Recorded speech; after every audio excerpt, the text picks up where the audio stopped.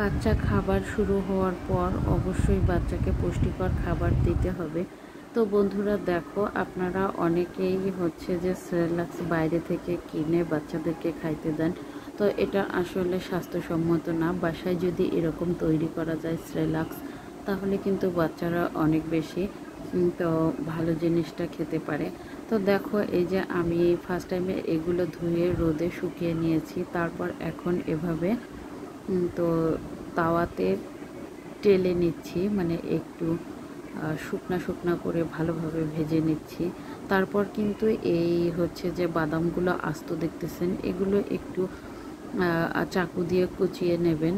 তো আসলে এরকমই ব্লেন্ড করতে গেলে হয়তো বা অনেকের ব্লেন্ডার ভেঙে যেতে পারে, মানে ইয়েটা। তো আমারও ফার্স্ট টাইমে ওরকম হয়েছিল। তো আমি কিন্তু বাদামগুলো তারপর হচ্ছে খেজুরগুলো ছোট ছোট করে কেসি দিয়ে কেটে তারপর এগুলো সবগুলো মিলে ব্লেন্ডারে ব্লেন্ড করে নিব। তো এখানে আছে 3 প্রকারের চাল, তারপরে 4 প্রকারের ডাল, আর এখানে আছে 3 প্রকার বাদাম, খেজুর দিব, তারপর কিশমিশ, এগুলো আমি এই যে অ্যাড করব। তো অবশ্যই এগুলোতে অনেক পুষ্টি আছে। আর ছোট বাচ্চা জন্য এই সব ধরনের জিনিস দিয়ে সেরেলাক্স তৈরি করে খাওয়ানোর পর ওদের শক্তি অনেক বেশি বাড়ে, আর পেটে কিন্তু অনেকক্ষণ থাকে এই সেরেলাক্সটা। আর এটা কিন্তু রান্না করাও খুবই সহজ। জাস্ট গরম পানির মধ্যে একটুখানি ফেলে দিয়ে কিছুক্ষণ রান্না করে নিলেই হয়ে যাবে। এর সাথে কোনো কিছু কিন্তু অ্যাড করার আর দরকার নাই। যেহেতু কিশমিশ আর খেজুর বেশি পরিমাণে দিয়েছি, সেক্ষেত্রে এটা একটু মিষ্টি মিষ্টি হবে আর খেতেও কিন্তু টেস্টি হবে। তো আমার 2 ছেলেকেই আমি 2 বছর বয়স পর্যন্ত এই বাসায় তৈরি হোমমেড সেরেলাক্সটা খাইয়েছি।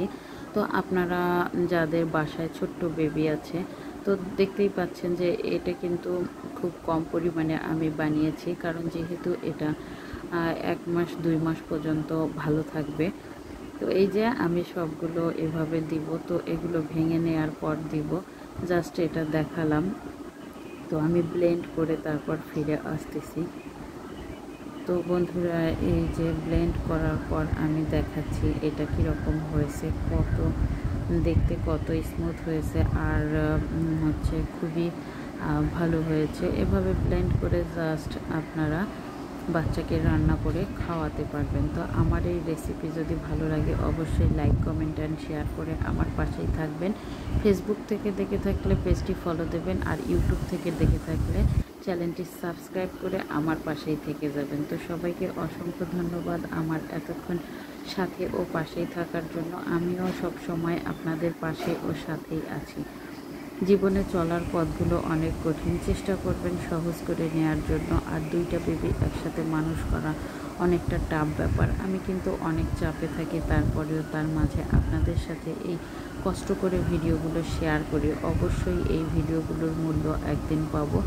অবশ্যই আপনারা আমাকে সাপোর্ট করেই যাবেন। তো সবগুলো আমার ব্লেন্ড করা ডান। তো এখন আমি এগুলো একটু পরে এই যে কাচের বয়ামটা আমি ধুয়ে রেখেছি, তো সেখানে আমি রেখে দিব আর বাচ্চাকে খাওয়াবো। তো চেষ্টা করবেন বাচ্চাকে 3 বেলা আলাদা আলাদা খাবার দিতে, কারণ একই খাবার বাচ্চারা বারবার খেতে চায় না। তো সুজি, সাবু, তারপর সেরেলাক্স, তারপর 3 বেলা খিচুড়ি, মুরগির মাংস দিয়ে একদিন খিচুড়ি দেবেন, একদিন মাছ দিয়ে, একদিন কলিজা দিয়ে, একদিন সবজি খিচুড়ি, একদিন ডিম খিচুড়ি। এভাবে বাচ্চার খাবার অবশ্যই চেঞ্জ করে করে দেবেন। তো দেখবেন যে আপনার বাচ্চা সুস্থ আছে, ভালো আছে। আলহামদুলিল্লাহ, আমার 2 বাচ্চা আপনাদের দোয়ায় অনেক বেশি ভালো আছে, সুস্থ আছে এবং নিরাপদে আছে। তো সব সময় আমার পাশেই থেকে যাবেন, আমিও আপনাদের পাশে ও সাথেই আছি। তো জীবন চলার পথে অনেক বাধা আসবে। আমি এই ইউটিউবে ভিডিও দেওয়াতে আমার অনেক বাধা এসেছে, তবুও আমি থেমে থাকিনি। আমি আমার গতিতে এগিয়ে গিয়েছি, ইনশাল্লাহ আরও এগিয়ে যাব। তো ফাইনালি আমি এটা কাচের জারে রেখে দিলাম, যাতে এটা অনেক দিন পর্যন্ত ভালো থাকে। তো বন্ধুরা, আজকের ভিডিওটি এই পর্যন্ত। রেসিপি ভালো লাগলে পাশেই থেকে যাবেন। আল্লাহ হাফেজ।